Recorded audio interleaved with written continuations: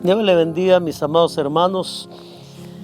Aquí estamos nuevamente para hablar sobre este otro punto de la sana doctrina de nuestro Señor Jesucristo, algo que confirmaremos con la palabra del Señor sobre el tema de diezmos y ofrendas, un tema ante el mundo controversial y donde mucho creyente nuevo en Cristo a veces le cuesta practicar esto, pero el que realmente ama de corazón al Señor y practica los diezmos y ofrendas, su vida va a ser prosperada y bendecida, puesto que los diezmos y ofrendas son manifestación de una fe interna del nuevo creyente que la practica, porque todo esto se da por fe para un Dios que no vemos, pero que sabemos que es real y verdadero, el cual lo mandó.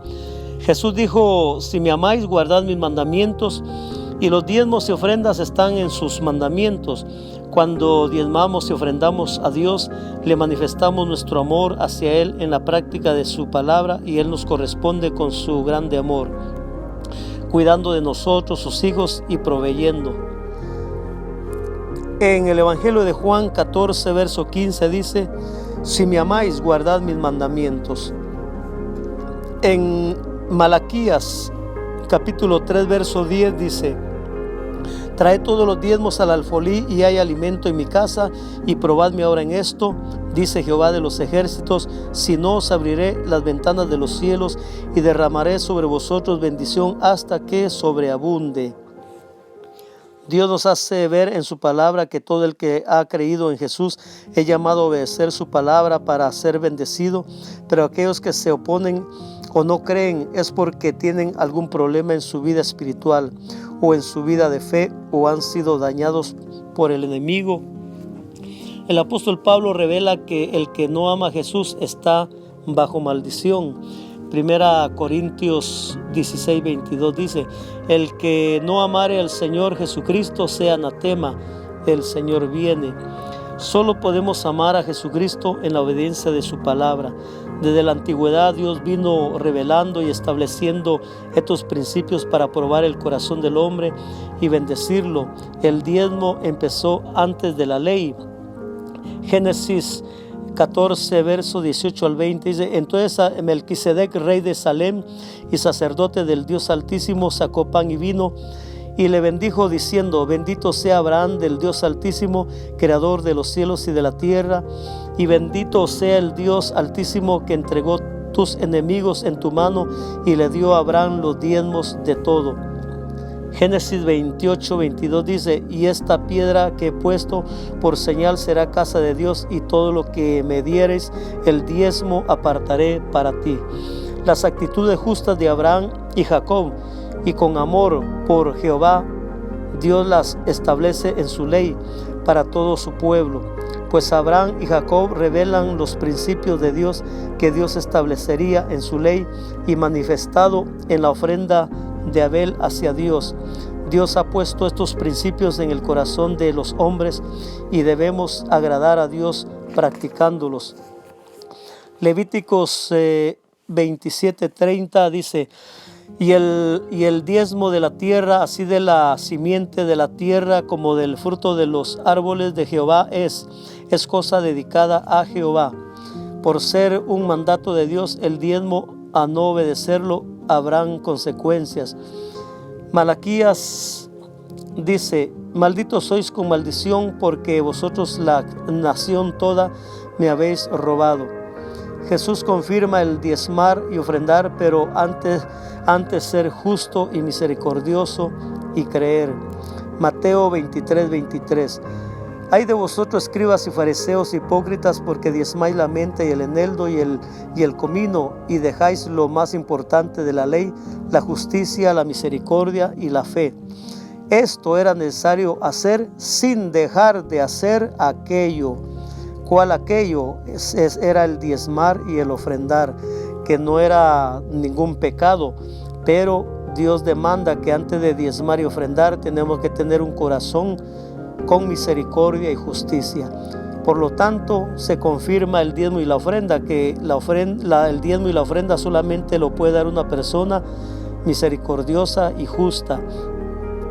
Los diezmos y ofrendas Dios los da para los que se dedican a estar intercediendo por el pueblo y conociendo más de Dios a través de su palabra. 1 Corintios 9, verso 13 dice: ¿no sabéis que los que trabajan en las cosas sagradas comen del templo y que los que sirven al altar del altar participan? 1 Corintios 9, verso 14 dice: así también ordenó el Señor a los que anuncian el Evangelio que vivan del Evangelio. Aunque vemos nosotros ahí que el Señor establece que los diezmos y las ofrendas tiene que ser usado para que el pastor, el evangelista, los que sirven a Dios vivan del diezmo y la ofrenda, es porque Dios en su plan divino y perfecto, Él recibe con amor, por medio de la fe del creyente, recibe el diezmo y la ofrenda, y el Señor lo dedica al servicio de aquellos que tienen que aprender la palabra y enseñarla al pueblo. Por lo tanto, es una bendición el poder participar del plan de Dios. En la obediencia a Dios está la liberación de la pobreza. Diezma lo poco que tengas y Dios empezará a dar abundancia. Si eres un cristiano que no tiene nada, empieza a dar el diezmo y ofrenda de tu vida y tiempo, evangelizando, cuidando del templo, y Dios te prosperará.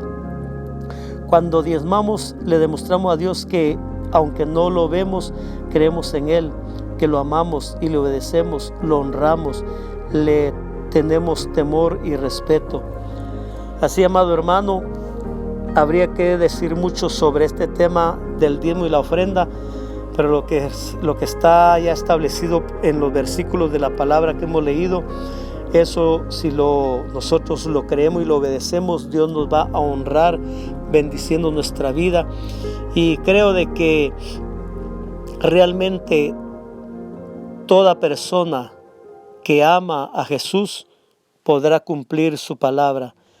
Si una persona no ama a Jesús, no ama a Dios, es difícil que ponga en práctica la palabra de Dios.